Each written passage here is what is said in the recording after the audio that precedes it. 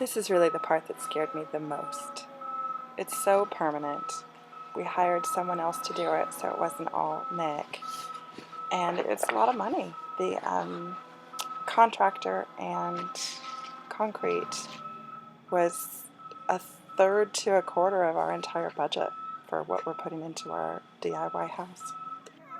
We're having a contractor do concrete work for us because I have never worked with concrete before and didn't feel like I had the time to learn a whole new skill.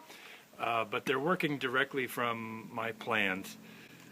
So I figured out where everything needs to go and put it in a form that they're able to read. It's all based on an engineered plan of a previous version of the house that I had an engineer do. So right now we have forms set for stem walls. The stem wall is what the actual exterior wall will sit on. Here's a diagram of the finished piece. The footer was poured on the first day, and the stem walls and the piers.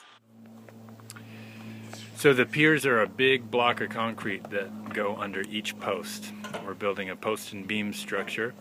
So that's what's going to carry the roof and snow load down to the ground, is those piers. So in the top of each pier gets a steel plate, and it's got some rebar hooks on the underside of it, so it's anchored into the concrete. And on that steel plate, we are going to stand up the posts of our house, and on the bottom of the post is another piece of steel. So when we get our house stood up and positioned right where we want it, and everything's square and standing up straight, then we weld the bottom of the post right to the foundation. That is so cool. You can see all the rebar in the stem walls before they pour.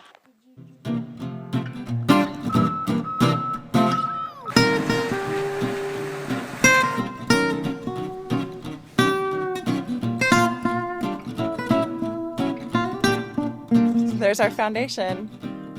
I like it more than I thought.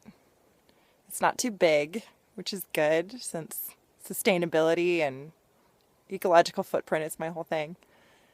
And I like how it sits in the site. I really like the cellar. I'm excited about the cellar.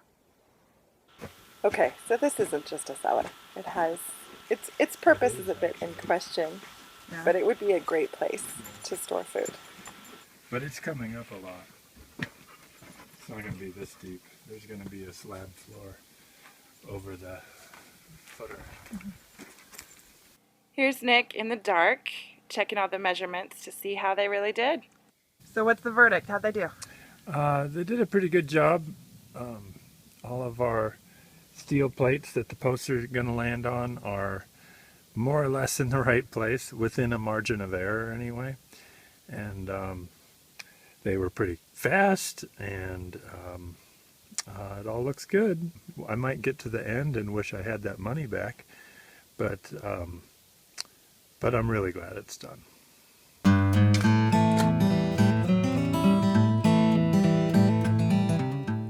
Fouch-O-Matic Off-Grid is a project of Nick Fouch and Esther Emery and our kids. Say hi, kids. Hi. Hello. Stick with us. We hope to show you every step of a DIY off-grid cabin. Thanks for watching.